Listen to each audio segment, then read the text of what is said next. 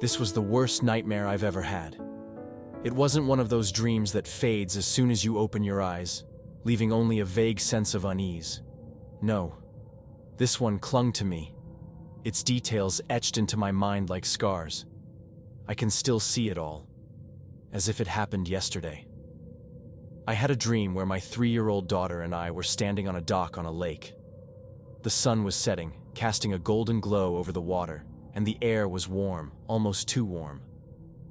She was wearing her favorite little dress, the one with the tiny flowers, and her hair was tied up in pigtails. She was laughing, her voice like music, as she leaned over the edge of the dock, pointing at the fish swimming just below the surface. I remember smiling, feeling that deep, unshakable love that only a parent can know. But then, in an instant, everything changed. She slipped. One moment she was there, giggling, and the next, she was gone, swallowed by the dark, cold water.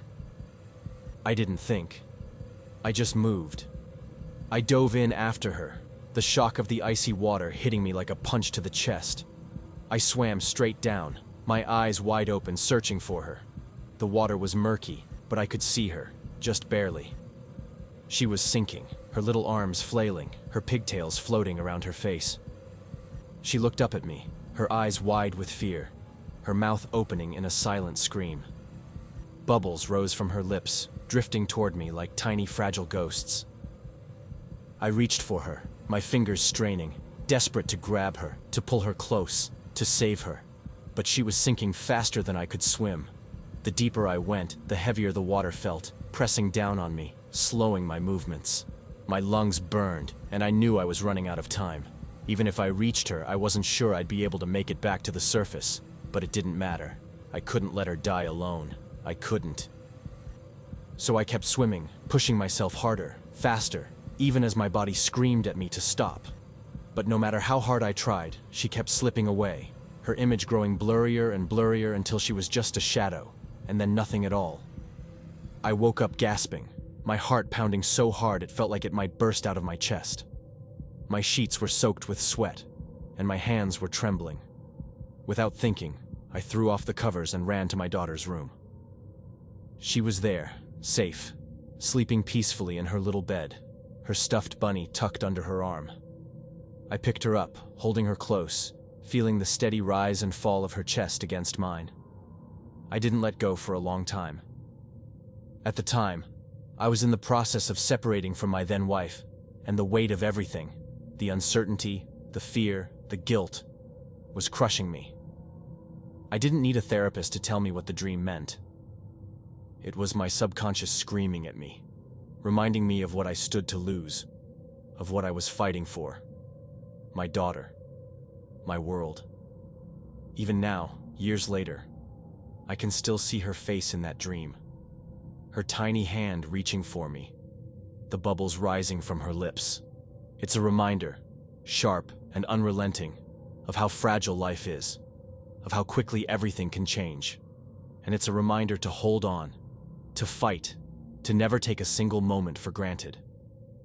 Because in the end, she's worth every sleepless night, every tear, every fear. She's worth everything.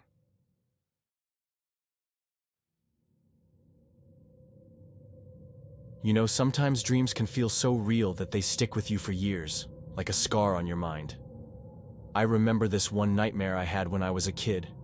It was so vivid, so terrifying, that even now, decades later, I can still feel the panic crawling up my spine when I think about it. Do you guys know what a speleobox is? Might want to Google it.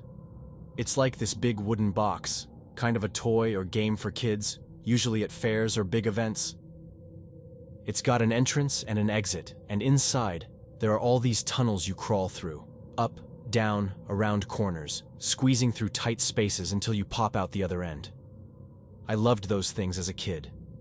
They were like my own little adventure worlds. But this one dream, man, it turned that childhood joy into pure terror. So, there I was, 7 years old, crawling through this speleobox, happy as can be. The tunnels were tight, but I was small, so it was no big deal. I was just giggling, wiggling my way through, feeling like some kind of tiny explorer. And then, Out of nowhere, the whole box started to move. Not just shake or wobble. No, it started rolling. Like full-on tumbling, end over end, with me trapped inside. I was thrown around like a sock in a dryer, bashing my elbows, my knees, my head against the wooden walls. It was chaos, pure chaos. I couldn't tell which way was up or down, and the harder I tried to grab onto something, the faster I seemed to spin. And then, splash. The box hit water. I don't know if it was a lake, a pond, or some kind of nightmare ocean, but suddenly, the tunnels were filling up. The water was rising fast, and I was scrambling, crawling, clawing my way through, desperate to find the exit. My heart was pounding so hard I could feel it in my throat, and every breath felt like it might be my last. The water kept rising, and I kept crawling, but it was like the tunnels were endless, stretching on forever. I could feel the water closing in, cold and heavy, swallowing me up. I was gasping, choking, trying to scream, but no sound came out. And then, I drowned. Just like that. I felt it.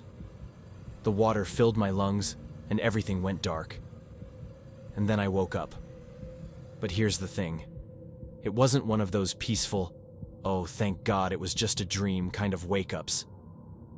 No, I was lying face down in a puddle of my own drool, my cheek pressed into the wet spot on my pillow, and for a split second, I couldn't breathe. Like, actually, couldn't breathe. My face was buried, and I was gasping, clawing at the sheets, trying to get air into my lungs. It was like my body hadn't realized the dream was over, like some part of me was still trapped in that sinking box, drowning in the dark. It took me a good minute to calm down, to convince myself I was safe, that I wasn't underwater, that I wasn't dead. I remember being 19 and experiencing sleep paralysis for a while. It started like a cruel joke my body was playing on me, waking up in the middle of the night, unable to move, feeling my own breath stuck in my throat. The first few times, it was just that, an awareness of my own helplessness, the weight of my limbs as if they weren't mine anymore. It scared me, sure, but I told myself it was just some glitch in my brain. A harmless, eerie inconvenience. Then, one night, it changed. I woke up, paralyzed as usual, but this time, there was sound. At first, I thought it was my own breathing, shallow, uneven, but it wasn't. It was coming from the foot of my bed, low and ragged, like someone was trying to catch their breath after running for too long. My back was to the room, and I was facing the wall, frozen in place. I told myself it was my mind playing tricks on me, filling the silence with something sinister. But then, I heard a whisper, quick, agitated, words I couldn't make out. And then I heard a scream. It was a woman's voice, not some distant, ghostly wail. It was right there, close. She was screaming at me, the words garbled and overlapping, like she was arguing with someone I couldn't hear. My heart pounded so hard, I thought it would shake me out of whatever state I was in. But my body didn't listen. I tried to focus on the wall, on anything that would ground me, but then my bed started shaking. A violent, erratic movement, as if someone had grabbed the foot of the mattress and was jerking it back and forth. And then I felt something I remember till this day. Fingers tightening around my legs, the grip burning through my skin. I wanted to scream, but my throat wouldn't work. The screaming at the foot of my bed stopped, but the silence that followed was worse. It stretched, tense and waiting, until I felt a shift of weight on the mattress. Something was crawling into bed with me. The air turned thick, my lungs barely pulling in air as the weight pressed down against my back, inch by inch, slow and deliberate. My mind went blank with panic, and then I woke up. Not in the slow, hazy way people describe waking from dreams.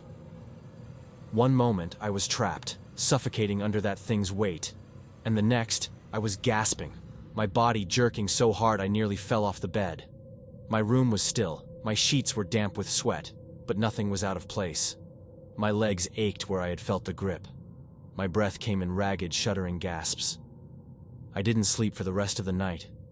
I sat up with the light on, staring at the foot of my bed, as if expecting something to move. It took me a few months before I could sleep normally again. The sleep paralysis never came back.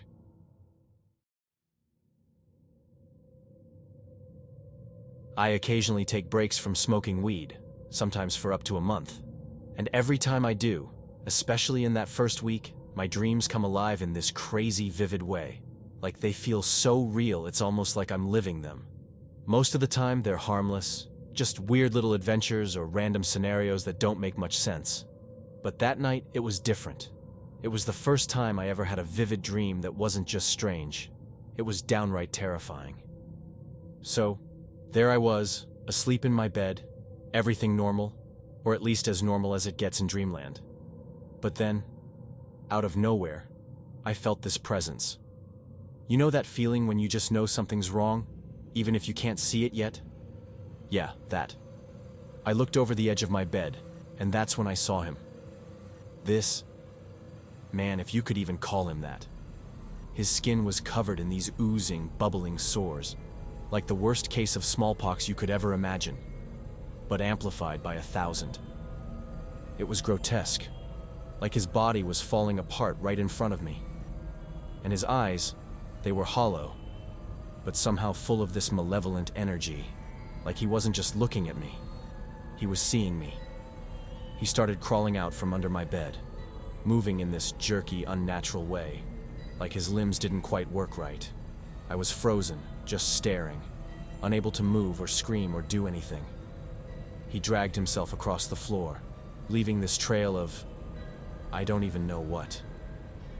It was like his body was disintegrating as he moved, and then he turned his head, looked right at me, and started crawling toward the door. Not away from me, no. He was going out of my room, like he was heading somewhere. That's when I snapped awake. I shot up in bed, my heart pounding so hard I thought it might burst out of my chest. My room was dark, but I could still feel him, like his presence was lingering in the air. I didn't even think. I just jumped out of bed, flipped on every light I could find, and started searching my apartment. I checked under the bed, in the closets, behind the doors, everywhere. Nothing. Of course, there was nothing. But that didn't stop the adrenaline from coursing through me. I was wide awake, my body in full fight-or-flight mode, and there was no way I was going back to sleep after that. It was around 4 a.m., and I just sat there on my couch, trying to calm myself down. It felt so real, like it wasn't just a dream. I've never been more grateful for the mundane, boring dreams that followed after that.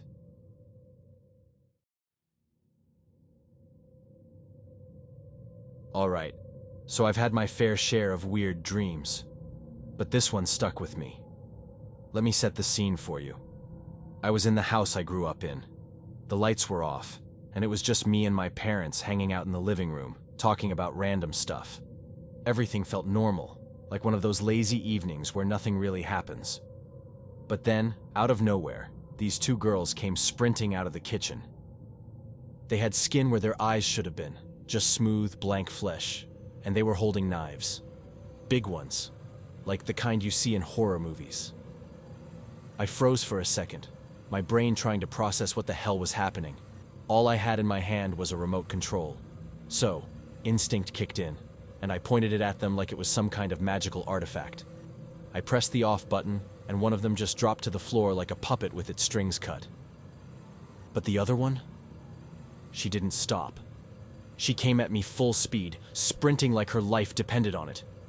I bolted, running backwards, fumbling with the remote, trying to hit the off button again while she was right on my heels.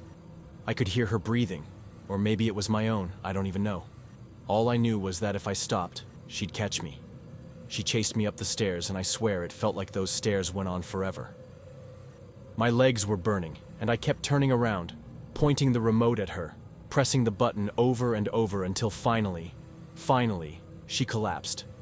I thought it was over. I thought I was safe. But as I started heading back down the stairs, I saw the other one, the first girl. She was running back up the stairs at this insane speed, like something out of a horror movie. She was coming for me, and I had no idea what to do. That's when my girlfriend woke me up. Apparently, I made this awful, guttural noise in my sleep, and she knew I was having a nightmare. She shook me awake, and I just sat there, drenched in sweat, trying to catch my breath. Fuck that dream. I don't even know where my brain comes up with this stuff, but it felt so real. Like, I could still feel the weight of the remote in my hand, the panic in my chest, the sound of those girls chasing me. Anyway, that's my nightmare story. I've had my fair share of bad dreams, but there's one that sticks with me more than any other. Everything was white. Not just the walls or the floor, if there even were walls or a floor, but the entire space around me. It was endless, stretching out in all directions. A void of pure white. No doors, no windows, no shadows. It felt like I was floating, but my feet were planted on something solid. Then I saw a little girl. She sat in the middle of that vast whiteness, her back to me. Her hair was as white as the world around her, and her skin was pale, almost sickly. She was small, fragile looking, yet something about her presence made my skin crawl. She didn't move, didn't even acknowledge me, but I felt a pull, an urge to go to her.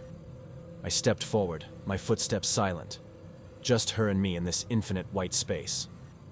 As I got closer, I noticed her head was tilted downward, looking at something in her lap. Her hands rested on her knees, completely still.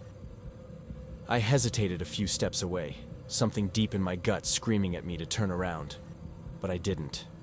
Instead, I reached out, my fingers barely grazing the fabric of her dress. A hand shot out from nowhere, grabbing my wrist in a vice-like grip. Cold, bony fingers dug into my skin. I gasped, trying to pull away. The girl's head snapped around so fast I barely had time to react. Then I saw her face. Her eyes, if you could call them that, were pure black, absorbing every bit of light around them. Her lips curled into a slow, deliberate smile, revealing teeth that were too sharp. Then she spoke, her voice a whisper that echoed unnaturally in that empty space. "You'll be damned like the rest of us." The whiteness shattered like glass, and I was falling into a darkness so absolute it felt like I was being swallowed whole. Her laughter rang in my ears. Then I woke up. Still can remember this dream, clear as day.